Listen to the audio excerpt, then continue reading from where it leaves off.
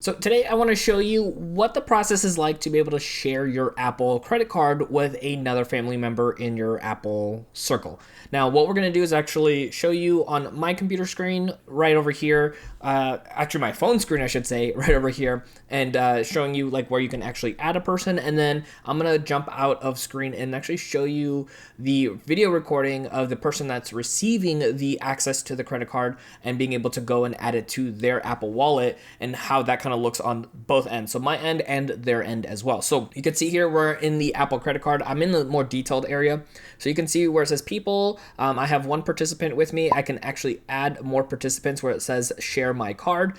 So if you click on there, it's going to take you to the next steps that we're going to show on camera. But in order to get to this screen right over here, I'm going to show you how to get there, which I'm going to go ahead and hit the back arrow temporarily. And this is the main screen that you're going to see when you are on your Apple Pay, when you're like clicked on the card. So on the top right, you're going to have that little circle with the 3 dots inside. Once you click on that, it takes you right to the same page right over here to give you access to be able to share that card with other people. So now when it comes to using the shared feature of the Apple credit card, here are some things that you can actually do in the back end of your account. So we clicked on the person that we're sharing this card with, and the first thing you can see here, it says transaction limit. So if you click on here, you can actually have a limit for the transaction. You can also customize that. You can see show balance. It says allow this person to see the balance details, including available credit, total balance, and credit limit if you wanted to.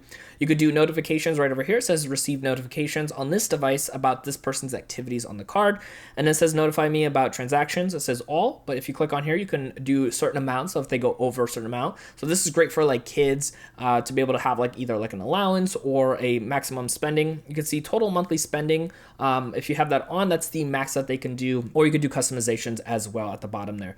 You could lock to pause spending if you wanted to, or you could stop sharing the card as well if you want to go through that process entirely. But again, to be able to get to this point, you just hit those dots, you'll see that participation, or once you add somebody in, you'll see their name pop up to be able to go through and do any kind of limitations and or have complete control as well of the card as if they were you using that same card as well. So let's go ahead and jump over to the other screen so I can show you exactly that step-by-step process. But before we do that, if you're going to be somebody that gets a ton of value out of this video and it helps you out, consider hitting that thanks button down below. That actually helps support out the channel financially so we can continue to provide more content just like this for everyone.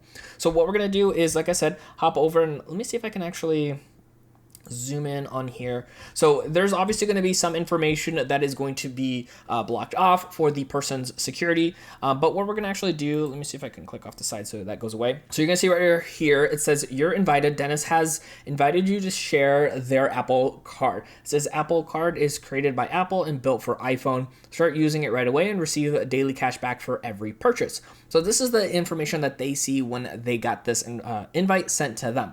So of course they're going to click on continue, which is what we did. And we're going to jump to the next page because I do have to block off some information when going through this process. So this is the first screen that you're going to see right over here. It says your information, which is the person that received the invite. It says verify your legal name and date of birth. And it says your Apple ID, which is what we associated with when we sent this. And it has their first and last name, and then obviously an option for the date of birth to be able to put in, which is of course required. So make sure you plug that in. And then on the top right, that's where we hit next afterwards to go to the next screen. And then on this next step, it's going to ask for your address. It says verify your home address for Goldman Sachs. So just make sure that address is correct for you. And if everything looks correct, we're going to hit that next button on the top right-hand corner. All right, this step right over here, it says build credit history. It says by providing your social security number to Goldman Sachs, you can build your credit history while using the Apple credit card. So this is something to keep in mind. It is going to require your full social security number. Apple is, of course, very good at protecting people's information. Also, too, this full social security number is for the person that is getting that invite, not for the person that has sent the invite out. So it's not my social security number. It's the person that's accepting this card to be on their file as well. So right over here, it says important information. If you accept, you will become a participant on this account and can start using the Apple card right away. You are not responsible for any payments because that's the option that we chose when it came to going through this process. So this is the part right over here where you can actually set this as your preferred card on your account for Apple Wallet. So that way, when you bring it up, it actually is the first card and the first option. So you can remind yourself to get that 2% back anytime you can use Apple Pay at any stores. And then once we did that, you can see it says the card was added. And then now you can go ahead and go through that process of using it right away. And it also works on Safari. So if you're online, it'll have that card automatically be the first option to put in when paying for things online. So the really nice thing as well too, when going through this process process of getting a participant card,